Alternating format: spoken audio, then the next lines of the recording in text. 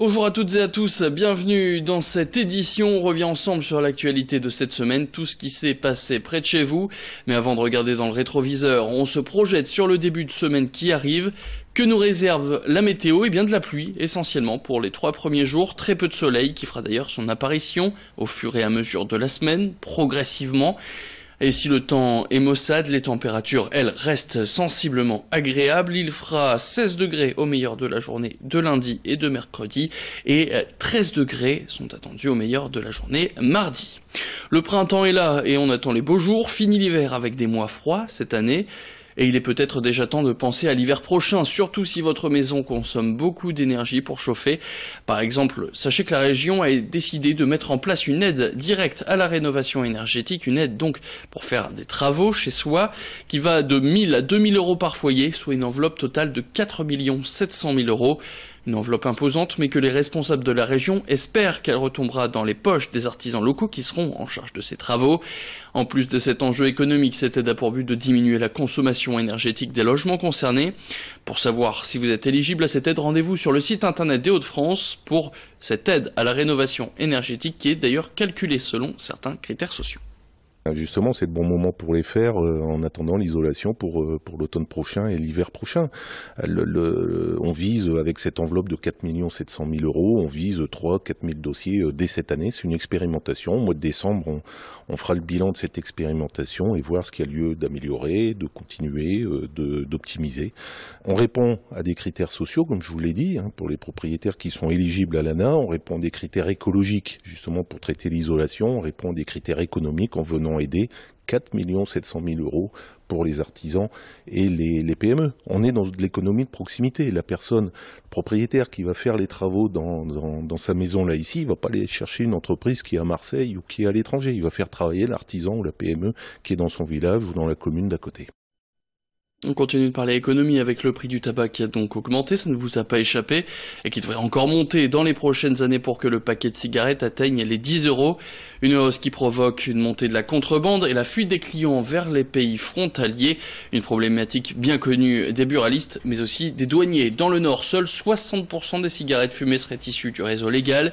Et pour trouver des solutions, eh bien, les professionnels du tabac et les douanes s'unissent dans ce qu'ils appellent des journées de la transformation organisées partout en France depuis le début du mois de mars.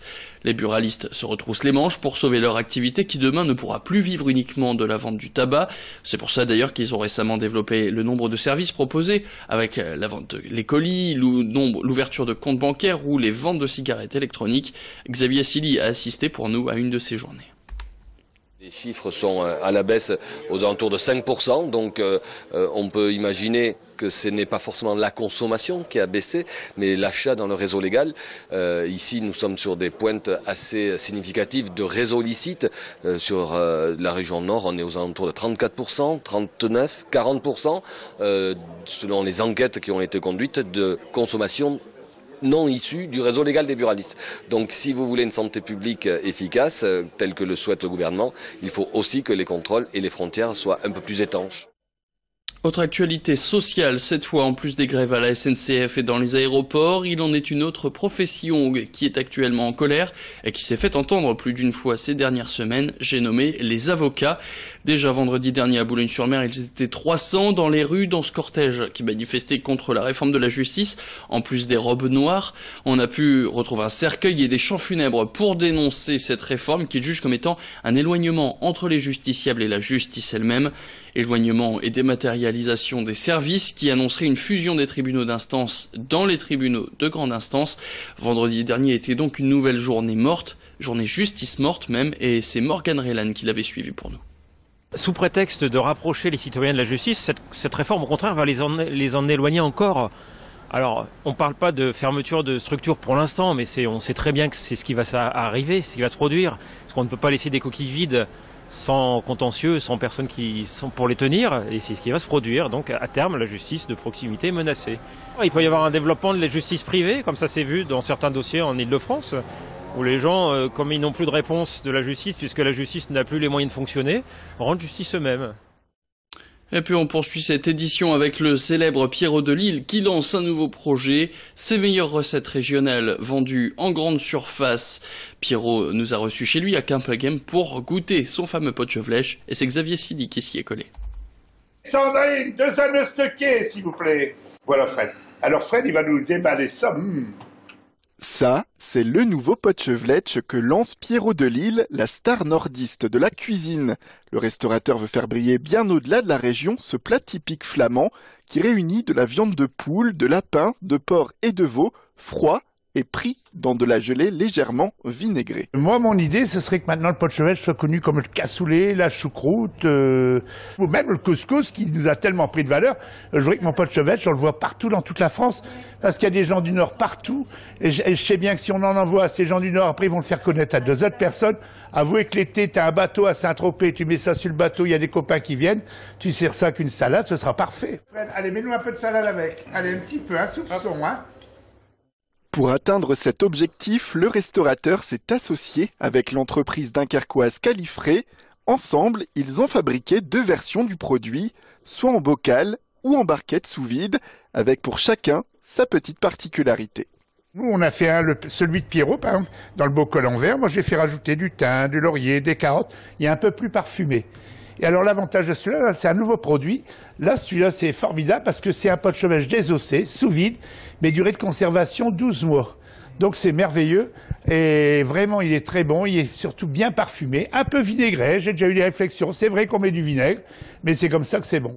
En véritable amateur de gastronomie et en véritable bon vivant aussi, Pierrot voit en ce Potcheflèche un allié durable à garder toujours dans ses placards.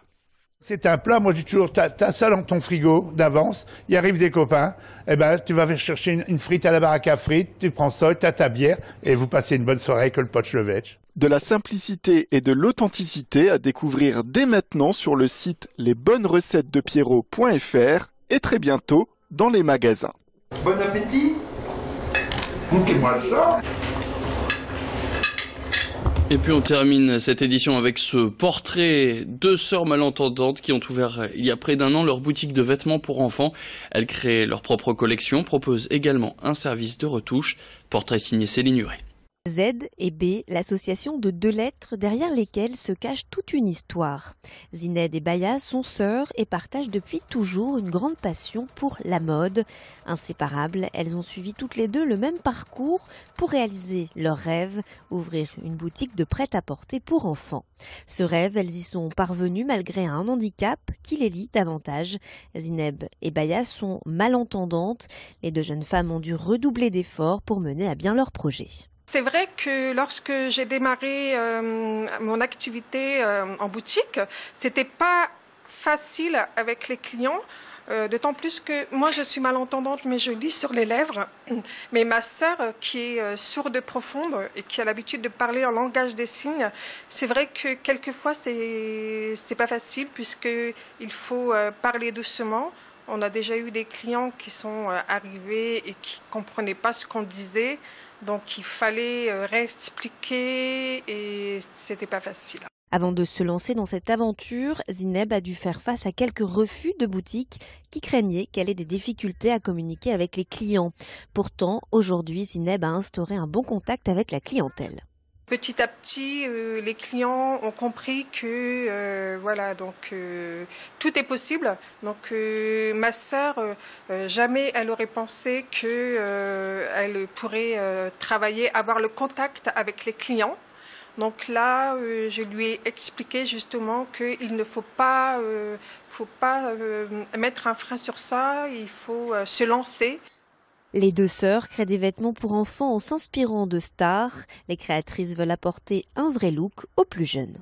Alors ici, on a un pantalon avec un haut, donc c'est un ensemble, donc jaune parce que comme c'est pour la collection printemps, et donc on aime tout ce qui est couleurs vives. En parallèle de la création de leur collection, l'enseigne ZB propose un service de retouche pour tout type de textile, une activité rentable qui occupe une bonne partie du temps de Zineb. Ce matin, il y a une cliente qui est venue pour raconter raccourcir les bas manches de la veste.